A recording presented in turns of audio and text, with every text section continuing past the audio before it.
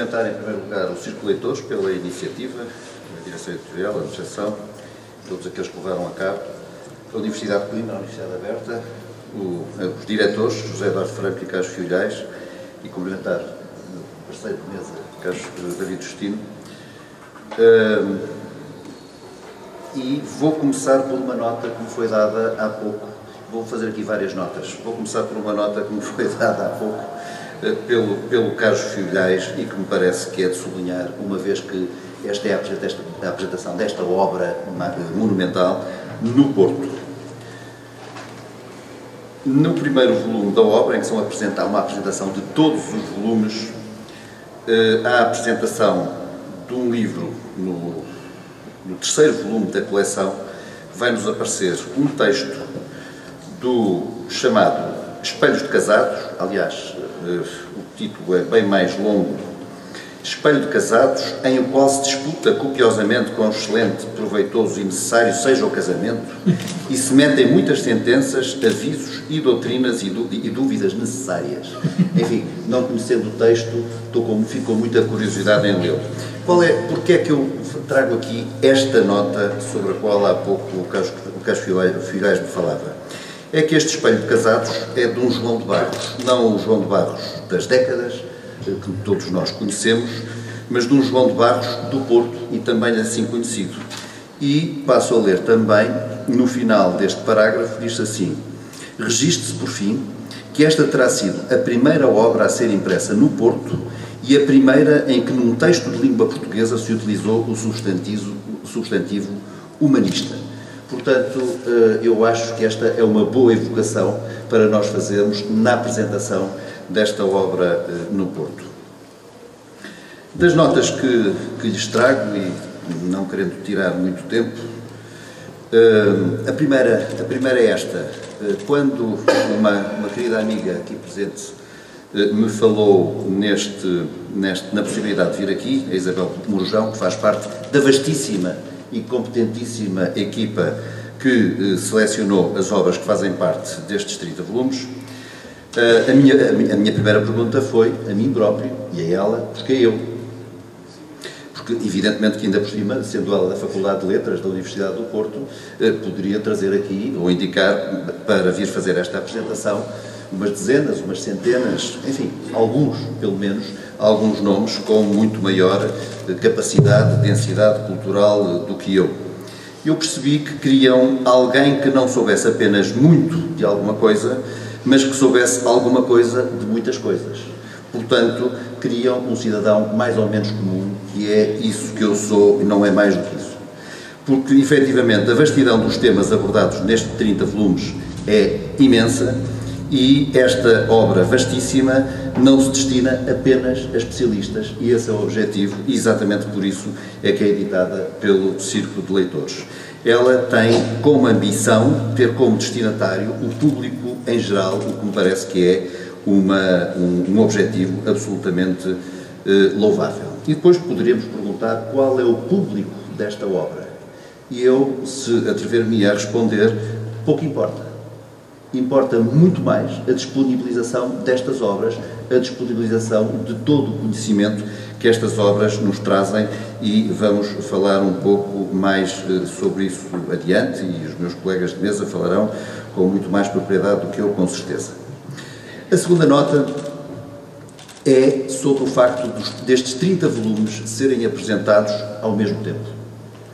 E a propósito disto, lembro um texto do livro que eu por acaso tinha em cima da minha mesa, e um texto que tem a introdução de Vasco Graça Moura, e que no prefácio à edição de 4 cartas de Camilo Castelo Branco, livro esse intitulado Um Burro de 4 Cartas, lembra que o dicionário da Academia, fruto do labor hercúleo dos insígnios académicos, cito Vasco, ficou-se pelo primeiro volume, terminando na letra A. E depois há uma coisa divertidíssima a propósito, porque a última letra, a última palavra seria azurrar, e como os académicos se viram aflitos para encontrar um outro termo que viesse ou que pudesse vir ser publicado a seguir a azurrar, tendo encontrado um que é o azuverte, que vem da botânica, mas que não os maço com isso. fica aqui a nota relativamente a esse texto do Vasco Graça Moura. Eu lembro esta passagem de Vasco Graça Moura não para fazer qualquer referência ao acordo ortográfico, como lhes poderá ter passado pela cabeça de alguns dos presentes, o que me apeteceria, mas não acho adequado neste momento, mas para sublinhar a importância de o editor, o Círculo de Leitores, disponibilizar ao público de uma só vez a totalidade da obra, sem termos de esperar pelos volumes seguintes, se é que eles vão aparecer ou não, sem saber se eles vão aparecer ou não, como o Dicionário da Academia assim o mostrou. Por outro lado, a vastidão do saber reunido no conjunto desta obra monumental não deixa de ser apresentado em compartimentos, numa espécie de propriedade horizontal, com autonomia e direitos próprios, que, não sendo estanques, permitem leitura e estudo separado. A terceira nota é para sublinhar que esta é uma edição verdadeiramente monumental e que merece ser saudada como um verdadeiro empreendimento nacional. Não devo desenvolver muito mais, uma vez que o próprio Presidente da República se referiu nestes termos a esta mesma obra. Esta obra vem reeditar e, em certa medida, renovar os fundamentos do conhecimento em tantas áreas, permitindo a abertura de novos caminhos. Isto sim parece-me também de sublinhar. E por isso não é apenas uma evocação histórica, uma evocação do passado, mas é um projeto de futuro. E é nessa medida também que eu me permitia saudar esta edição. A palavra é uma arma, dizia o poeta, e este edifício, ou o edifício construído por estes volumes de conhecimento, é também uma arma cultural, num tempo em que tanto precisamos de retomar os fundamentos para um diálogo cultural mais vasto, mais intenso, mais profícuo, mais tolerante, mais generoso, para que melhor possamos conviver nesta casa comum que coabitamos. E, como quarta nota, eu diria que esta obra monumental, que tive a oportunidade de sublinhar, a sua monumentalidade, é de obras pioneiras, ou obras-primas, como ouvimos o Eduardo Lourenço dizer neste filme da apresentação. Obras verdadeiramente primas, ou primeiras, pioneiras. Embora da cultura portuguesa, elas mostram como estivemos sempre a acompanhar o estado da arte do conhecimento geral. E o conhecimento não tem pátria. Isto é, às vezes, talvez mais evidente no desporto, mas nós, muitas vezes, eu julgo que é bom, às vezes, é bom dizer coisas simples, aliás, não sei dizer outras coisas que não coisas simples, só ficamos contentes com os lugares do pódio, ou se ficamos em primeiro lugar. Ainda hoje, uma notícia de alguém que ficou em primeiro lugar. E esquecemos da dimensão do país, esquecemos da nossa dimensão, não digo humana, mas em número de pessoas, em número de habitantes, e muitas vezes dos investimentos públicos feitos em determinadas áreas. Porque se víssemos as coisas em relação a estes aspectos, obviamente que muitos lugares primeiros, mas que não os do pódio, ficaríamos satisfeitos com eles exatamente na mesma medida. E eu acho que é bom ver as coisas nesta perspectiva relativa que muitas vezes nós não vemos. É bom querer ir mais além, o forte e os altos e sítios dos Olímpicos, mas é bom ser realista. E é muito bom poder constatar que estivemos sempre, ou quase sempre, a par do conhecimento nas diferentes áreas do saber. Estas obras mostram que soubemos sempre estar com, aprender com, ao lado de, que soubemos aproveitar o nosso relacionamento essencialmente cultural com outros povos e com outras culturas. A quinta nota é a valorização da diversidade. Acompanhar, como eu dizia há pouco, não quer dizer estar de acordo. Acompanhar quer dizer estar a par, mas ter ou poder ter um olhar crítico. Estar de acordo ou discordar, apresentando argumentos fundamentados e consequentes. E o que vemos, no que eu consigo apreender destas obras, na minha terra diz-se, ou diferencia-se o perceber e alcançar, percebo, mas não alcanço. Não é? Eu normalmente percebo, tento alcançar, às vezes nem sequer percebo, mas enfim, mas tento pelo menos chegar lá. Mas é o que vemos no que consigo aprender destas obras. Acompanhamos o estado do conhecimento, apresentando diversidade e estudando coisas novas, sobretudo relacionadas com as nossas andanças pelo mundo. E o homem, sendo uno, é diverso em si mesmo, nos seus interesses e conhecimentos. E é esta diversidade que nos enriquece e valoriza. Só com a valorização da diversidade contrariamos a uniformização tão perniciosa, ou perigosa, diria mesmo, em termos culturais, como a história bem nos demonstra. A sexta nota era para sublinhar uma outra dimensão deste monumento, deste edifício, que é a da tolerância, do diálogo entre culturas ou da diferença do género. E dou apenas alguns exemplos, e vou fazer muito poucas referências aos livros em si, ou às notas sobre os livros que eu tive a oportunidade de aceder.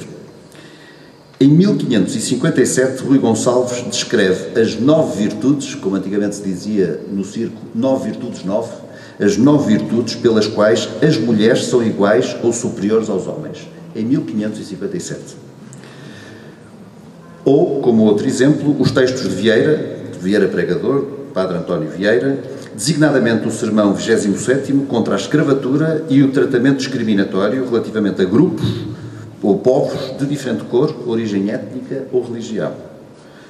Como terceiro exemplo, os textos do Ribeiro Sanches sobre os judeus, em particular a distinção entre os cristãos velhos e os cristãos novos, e a sua redação e publicação de um tratado sobre a tolerância em 1735, antecipando mais de um quarto século, o tratado com o mesmo nome, Tratado sobre a Tolerância, que é muito mais conhecido, obviamente, que o de Ribeiro Sanches, não apenas, mas também, porque é de Voltaire. Ou a abolição da pena de morte em 1867, aclamada por Victor Hugo, com toda a teoria que a fundamenta e justifica. Como sétima nota, estou a terminar, deixem-me contar-lhes uma pequena história. Em 1997 tive a oportunidade de fazer uma visita à África do Sul a convite do rei dos Zulus, de Goodwill Zwelithini.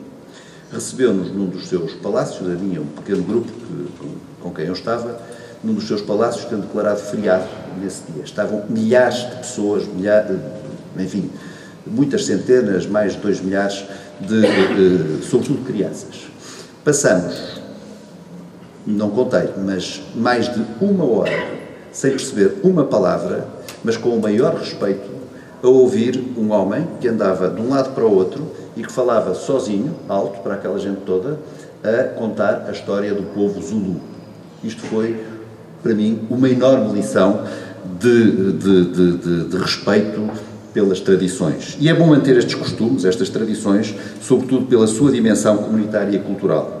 Mas é bom ter uma língua que evolui e que se adapta e que permite registar conhecimentos para mais os divulgar e melhor poder refletir e avançar no conhecimento.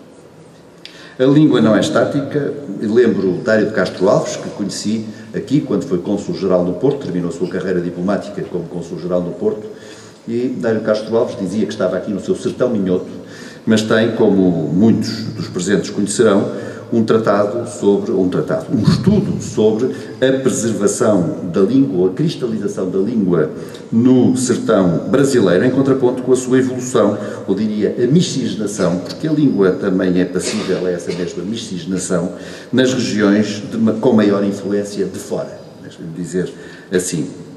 Efetivamente, a língua é dinâmica, evolui, cresce, num certo sentido, e isso percebe-se bem nestes volumes que permitem percorrer a nossa língua bem antes de ser de Camões ou de Pessoa, ao longo do milénio da nossa história.